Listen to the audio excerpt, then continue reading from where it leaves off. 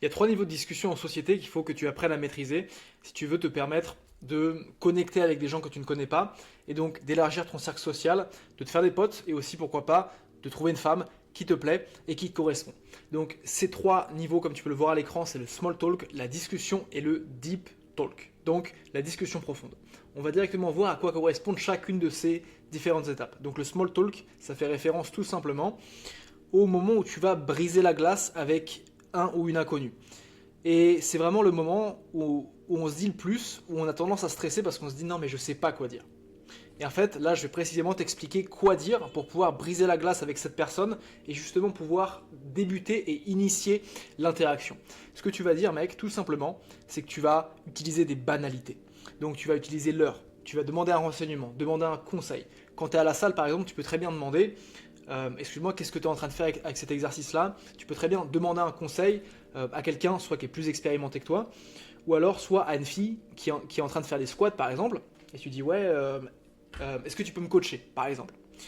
Ce qui peut être un très bon moyen, je l'ai fait un peu tout à l'heure, et ça marche très très bien.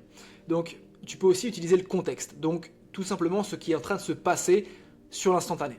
Donc, utilise tes 5 sens, observe ce que la personne est en train de faire, observe ce qui se passe, observe ce que tu vois, observe ce que tu sens, ce que tu peux même toucher en fait, et justement utilise ces éléments du contexte, utilise ces éléments de banalité pour pouvoir briser la glace avec un inconnu.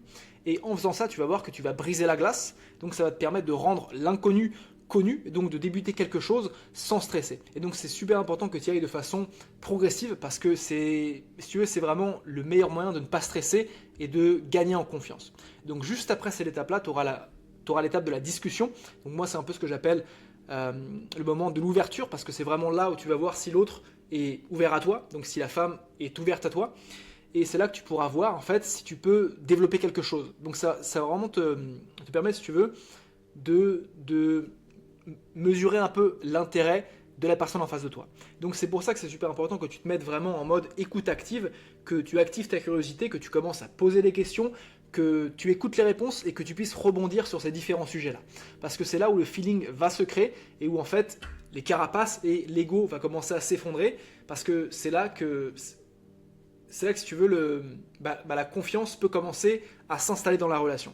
Donc c'est super important que dans la phase de discussion, tu actives vraiment le mode curieux et le mode en fait intérêt sincère. Donc en fait, sois sincère, pose des questions, renseigne-toi. Et en fait, tu verras que si la personne est réceptive à ta présence, elle va naturellement s'ouvrir. Et c'est là que tu pourras justement passer à l'étape du deep talk, donc de la discussion profonde, où c'est vraiment là que tu vas pouvoir créer un climat de confiance avec l'autre personne. Donc c'est là où tu vas pouvoir parler de toi, parler de l'autre plus profondément, donc en rentrant dans les détails. Et en fait, tout ça, c'est super important que tu le fasses de façon progressive et de façon, si tu veux, successive. Pourquoi? Parce qu'en fait, tu ne vas pas directement aller voir un inconnu pour lui parler de ce qu'elle fait dans la vie, par exemple. Tu vois, ça n'aurait pas de sens et ça peut braquer aussi. Donc c'est super important que tu respectes vraiment ces 3 niveaux parce que c'est le meilleur moyen de vraiment pouvoir démarrer quelque chose de sain et même de respectueux et qui aura des bonnes bases pour la suite.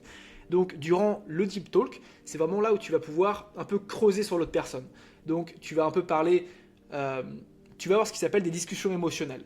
Donc tu peux te renseigner sur ce que la personne fait, sur ce qu'elle aime, sur ses hobbies, sur ses centres d'intérêt. Avec une femme, ça marche très bien. Tu peux lui parler de voyage, tu peux lui parler de ce qu'elle fait dans la vie, de ce qu'elle fait de son temps libre.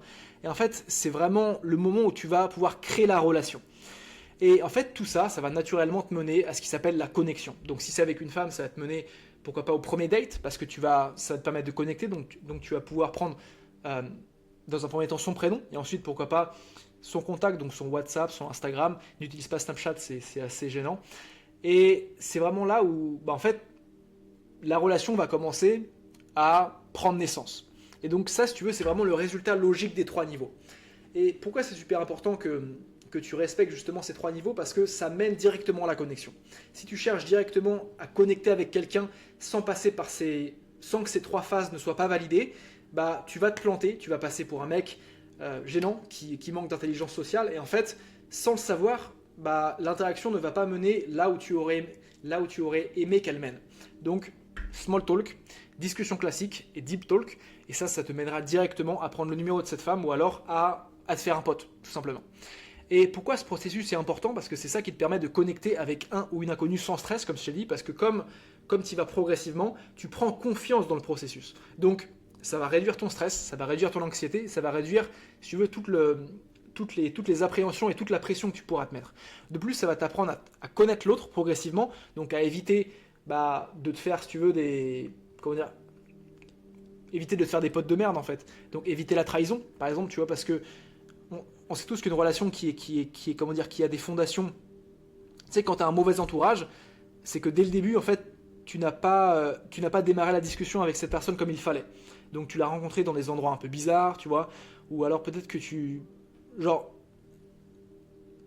tout ce qui se passe dans la relation, ça peut être analysé et ça peut être du coup évité si tu fais une bonne première, si tu fais un bon premier abordage. Donc si tu fais un bon premier contact. Donc ça peut aussi t'éviter les relations toxiques. Et de plus, ça te permet d'avoir un sentiment de contrôle sur tes interactions et sur tes relations. Donc ça te donne une putain de confiance par la suite parce que comme tu te sens en contrôle, tu sens que tu peux vraiment déclencher des conversations avec qui tu veux, où tu veux, avec n'importe qui, mec. Dans une prochaine vidéo, on abordera les différents moyens de rendre une discussion intéressante. Justement, je pense que ça va vraiment me plaire. Si tu ne me connais pas, mec, je m'appelle Pierre et je te donne toutes les ressources nécessaires pour que tu puisses devenir un homme épanoui socialement.